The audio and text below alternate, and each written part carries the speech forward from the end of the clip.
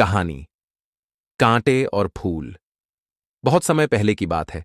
एक छोटे से गांव में एक लड़का रहता था जिसका नाम सूरज था। सूरज एक मेहनती और खुशमिजाज लड़का था। वह हमेशा अपनी पढ़ाई और काम में व्यस्त रहता था, लेकिन उसे एक बात परेशान करती थी। उसके आसपास के लोग हमेशा उसकी आलोचना करते रहते थे। सूरज जहां भी जाता, लोग उसकी छोटी छोटी गलतियों को उजागर करते और उसे ताना मारते। एक दिन सूरज परेशान हो गया और उसने सोचा, क्या कोई ऐसा रास्ता है जिससे मैं इन सब आलोचनाओं से बच सकूं? तभी उसकी मुलाकात गांव के बुजुर्ग और समझदार व्यक्ति पंडित रामू से हुई। पंडित रामू सूरज को देखकर समझ गए कि वह परेशान है। उन्होंने सूरज से पूछा, क्या हुआ बेटा, तुम इतने दुखी क्यों हो? सूरज ने अपनी सारी परेशानी पंडित रामू को बताई। पंडित रामू मुस्कुराए और बोले, तुम्हारे पास एक बहुत अच्छा अवसर है सूरज। मैं तुम्हें एक कहानी सुनाता हूं, शायद वह तुम्हारी मदद करे। पंडित रामू ने कहानी शुरू की। एक बार एक लड़का जंगल में जा रहा था।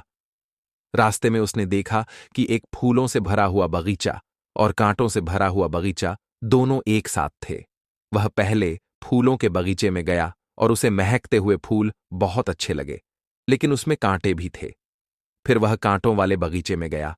वहां कांटे तो थे, लेकिन उसमें भी कुछ सुंदर फूल थे।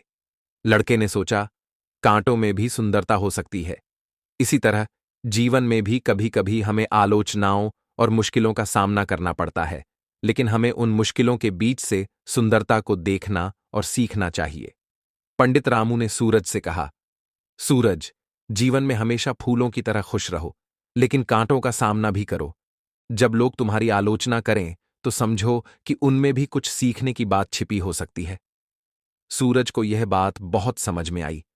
उसने अपनी परेशानी को नजरअंदाज करना शुरू किया और आलोचनाओं को एक रास्ता समझा जो उसे और बेहतर बना सकते थे। अब सूरज खुश रहने लगा और अपनी मेहनत और सच्चाई से अपनी मंजिल की ओर बढ़ने लगा। सीख, जीवन में आलोचनाओं को समझकर आगे बढ़ना चाहिए। हर कठिनाई में कुछ सीखने की बात होती है।